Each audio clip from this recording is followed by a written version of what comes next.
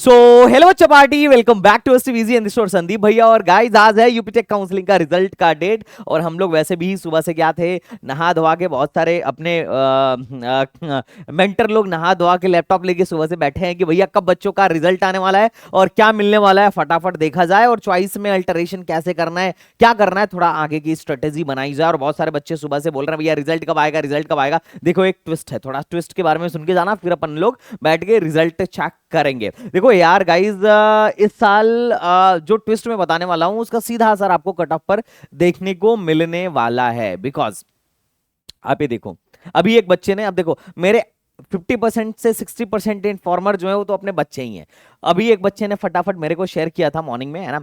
अब देखो इसमें एक इंपॉर्टेंट चीज क्या है, इसने पेपर की कटिंग्स भेजी और बोला कि भैया इस बार तो मतलब बल्ले बल्ले चल रहे हैं। बल्ले बल्ले क्या चल रहे हैं कि बीटेक और बीआर मिलाकर मात्र 42,000 लोगों ने इस साल चॉइस फिलिंग भरी है। देखो सीट अलॉटमेंट रिजल्ट 30 जुलाई को आएगा, इससे पहले आपको यही तो क्लियर हो रहा होगा कि हाँ भैया ये इसी साल का है और अभी का है, लेटेस्ट का है, क्योंकि इस पर डेट आगे पीछे नहीं लिखा था, इसलिए मैं आपको ये बता रहा हूँ। अब देखो सिंपल सा बात यह है कि अभी तक जो न्यूज़पेपर के हिसाब से हमको इन्फॉर्मेशन मिल रही है कि एकेटीयू में बीटेक और बीआर मिला के भी मात्र 42,000 लोगों ने चॉइस फली थी। तो मैं याद है एक दिन मैं बोला था कि इस बार जो है मैक्सिमम न्यूज़पेपर में जो निकला हुआ था आर्टिकल कि इस बार मैक्सिमम लोगों ने एकेटीयू के लिए क्या किया हुआ है, अप्लाई किया हुआ है, उस पर मैंने बताया था। और उस पर एक बात बड़ा क्लियर बताया था कि ये जो 75 से उस टाइम पर 79,000 लोगों ने पंजीकरण किया था, रजिस्ट्रेशन किया था, जिसमें एक दिन पहले पहले तक लगभग 75,000 लोगों ने क्या कर दिया था, फीस भी पेमेंट कर दिया था। तो इसमें बड़ा आराम से मैंने बच्चों को बोला था कि भैया डरने की जरूरत नहीं है,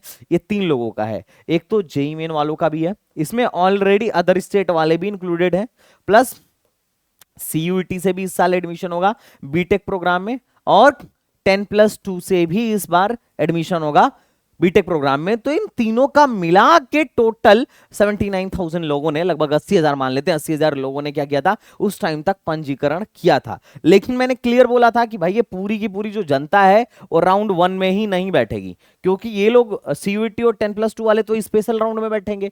अभी तो इनको क्या है, कोई सीट अलॉट नहीं होगी, सिर्फ जेई मेन वालों को भी सीट अलॉट होगी। और जेई मेन में भी 2 तरीके की जनता थी, एक तो भैया पहला होम स्टेट और दूसरा अदर स्टेट। अदर स्टेट का तो पत्ता ही कट गया, सिर्फ और सिर्फ क्या है होम स्टेट के ही लोग बैठने वाले थे। अब होम स्टेट में जितने लोग बैठे हैं उसमें से टोटल 42,000 लोगों ने इस बार क्या किया है, चॉइस फिलिंग करी है। इसका मतलब क्या है कि भाई 42,000 इसमें से सिर्फ अभी तक मात्र 42,000 लोग ही चॉइस भरे हैं और उनको ही सीट मिलेगा। और इसमें से भी बहुत सारी जनता ऐसी होगी जो बीटेक के लिए है ही नहीं, बी आर्क के लिए है, बी आर्क के लिए।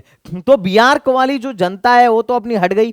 तो मतलब मोटा मोटी क्या है कि पिछले साल से भी कम लोगों ने इस बार क्या किया है, रजिस्टर मतलब चॉइस फिल किया। रजिस्ट्रेशन भले बढ़ गया हो, पैसा एकेडमी के पास भले ज्यादा चला गया हो, लेकिन क्योंकि इनके वजह से भी कुछ पैसा गया है, लेकिन अदर स्टेट वालों को हटाने की वजह से सिर्फ होम स्टेट वाले कैंडिडेट बने हैं।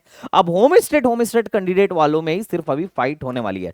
तो ये सीधे कहीं ना कहीं इंडिकेट करता है, क्योंकि देखो 2023 में 33,000 लोगों ने क्या किया था, टोटल रजिस्ट्रेशन करके फीस पेमेंट किया था। लगभग मतलब जो फीस पेमेंट करने वाली लोगों की संख्या थी 2023 में 33,000 थी। पिछले साल जो फीस पेमेंट करने वालों की संख्या थी 48,000 थी। इस साल फीस पेमेंट करने वालों की संख्या बहुत ज्यादा थी, लेकिन एक्चुअल में जो चॉइस फिलिंग हुई है इस साल वो 42,000 से भी कम लोगों ने चॉइस फिलिंग की है। तो इसका सीधा सीधा फायदा अपने को देखने को मिलेगा। इस बार कट ऑफ लो जाने की पॉसिबिलिटी है। अगर लो भी नहीं गई तो मान के चलो हाई भी नहीं जाएगी।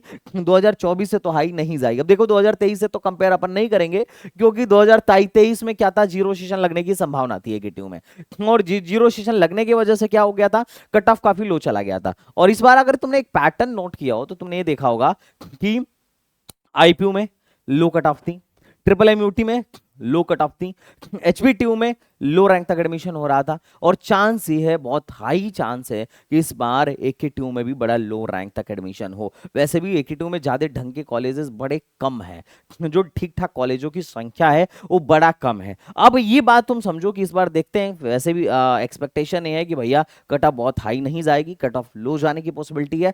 अब एक्चुअल में डेटा आने के बाद ही पता चलेगा कि इस बार कट ऑफ में क्या रहने वाला है। लेकिन उससे इंपॉर्टेंट चीज भैया रिजल्ट कब आने वाला है, क्योंकि हम लोग तो आंख बंद करके हाथ हाथ मुंह धो के पूजा पाठ करके, एक एक दो लोग तो नारियल घोड़ा भी फोड़ा होंगे हनुमान जी को कि भैया कब आ रहा है। अच्छा यार, नहीं फोड़े हो तो फोड़ लेना, सुनते हैं हनुमान जी, है ना, ऐसे एडमिशन में। अब तुम बोलोगे भैया क्या अंधविश्वास वाली बात करो, देखो अपनी अपनी श्रद्धा भाई, है ना।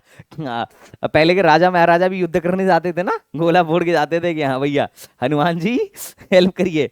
हालांकि पता नहीं तुमने जेई में फोड़ा था कि नहीं फोड़ा था, पर अपनी अपनी श्रद्धा है। बट एनीवेज देखो, आज जो रिजल्ट आना था, कहाँ गए रिजल्ट, हाँ, सीट अलॉटमेंट जेई वालों का 30 तारीख को आना था। टाइम का कोई पता नहीं, शाम तक देखो तुम्हारा रिजल्ट आ जाना चाहिए।